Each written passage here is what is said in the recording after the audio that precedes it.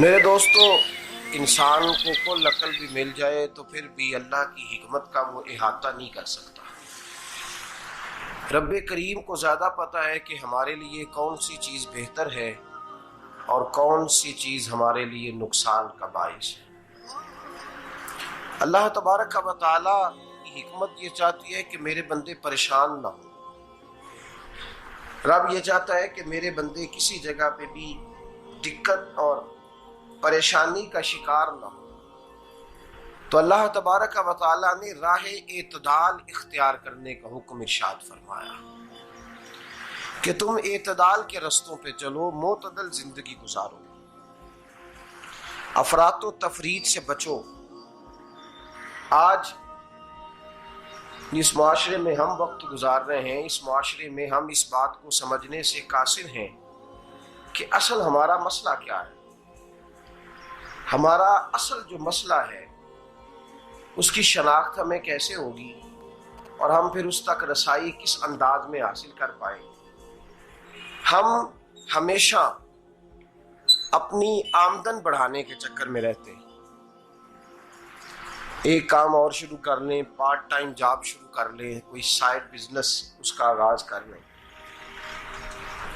ہماری جو دوڑ لگی ہوئی ہے وہ لگی ہے کام بڑھانے میں، آمدن بڑھانے میں، حالانکہ اسلام ہمیں یہ کہتا ہے کہ تو آمدن بڑھانے کے چکر میں نہ پڑ، اصل بات یہ ہے کہ تو اپنے خرچے کنٹرول کر۔ تنگ انسان وہ نہیں ہوتا جس کی آمدن تھوڑی ہوتی ہے، یہ توجہ کیجیے گا میری بات، یہ قیمتی بات ہے اور گفتگو ساری کا لب لباب ہے۔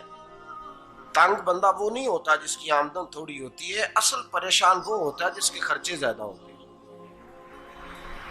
اور ہمارا جو روزمرہ کا نقصان ہو رہا ہے نا، وہ آمدن کے معاملات میں نہیں ہو رہا۔ بنیادی نقص جو واقعہ ہو رہا ہے وہ یہ ہے کہ ہمارے اخراجات زیادہ ہیں، اور وہ اخراجات کسی اور نے نہیں بڑھائے، وہ خرچے ہم نے خود بڑھا لیے ہیں اور اب ہمیں اس کا نقصان بھگتنا پڑ رہا ہے۔ اور اگر آپ صحیح معنوں میں ٹٹولیں تو جو بہت امیر لوگ ہیں وہ تو ان خرچوں سے بچ گئے۔ میں نے بہت سارے ایسے ختمات میں شرکت کی ہے، میں بہت ساری ایسی جگہوں پہ گیا ہوں کہ جہاں لوگوں نے بڑا مختصر سا ختم دلایا ہے تو ہو گیا ہے ختم۔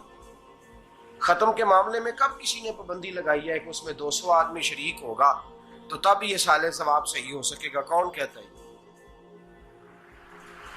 یا شادی کے موقع پر اگر سارے بہن بھائیوں کو نہ بلایا گیا تو میری شادی پایہ تکمیل تک نہیں پہنچے گی، اس میں برکت نہیں ہوگی، یہ کس نے فتویٰ دیا ہے؟ معتدل زندگی کا اسلام حکم دیتا ہے۔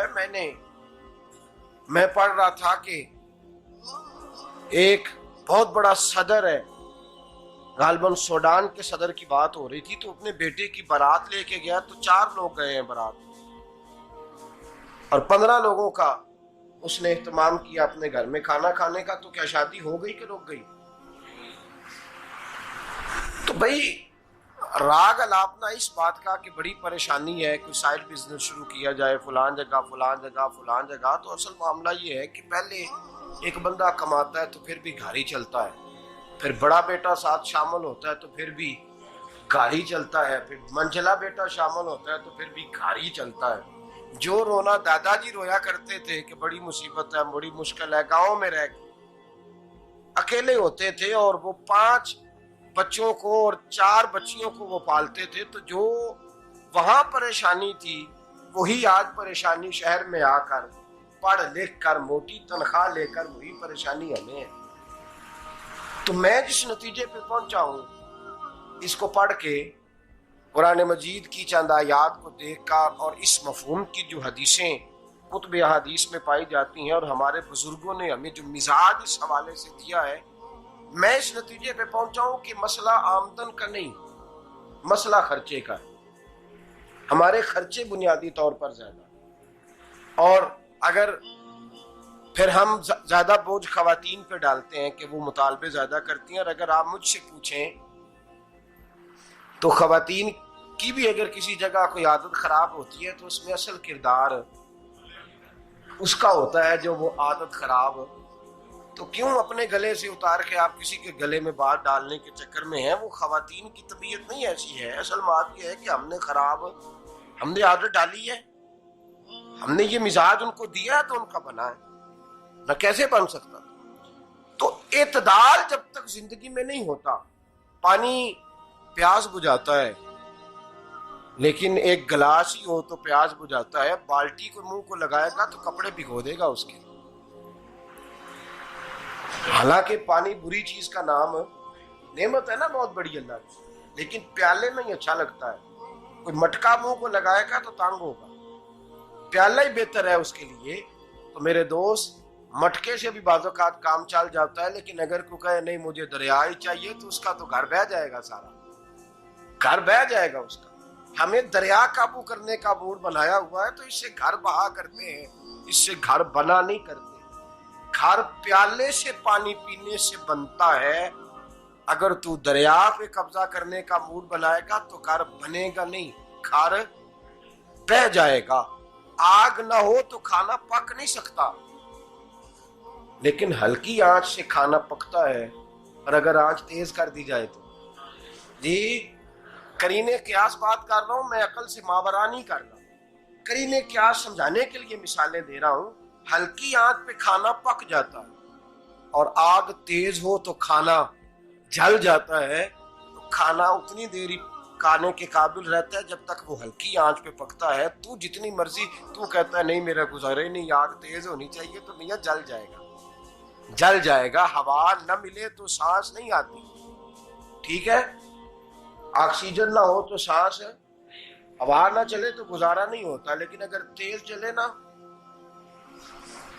اگر تیز چلے تو آندھی اور طوفان بن جائے تو چھتیں گرا دیتی ہے، جانیں لے لیتی ہے.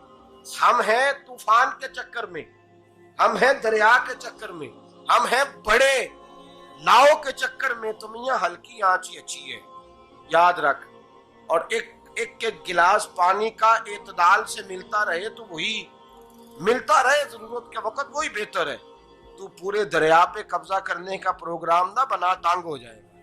اور میرے عزیز یاد رکھ، ہوا سانس لینے کے مطابق ملے تو وہی اچھی ہے، جو سانس بند کرنے پہ آ جائے وہ ہوا اچھی. ہم نے چکر چلا لیا ہے کہ زیادہ پیسہ، راتوں رات پیسہ، لمبا پیسہ، یہ پلاٹ بھی میرا، وہ پلاٹ بھی میرا، گجرانوالا بھی، گجرات بھی، لالا موسیٰ کھاری اور پنڈی تک جہاں میں جاؤں میرے نام کی تختیاں لگی ہوئی ہونی چاہیے. اسلام منع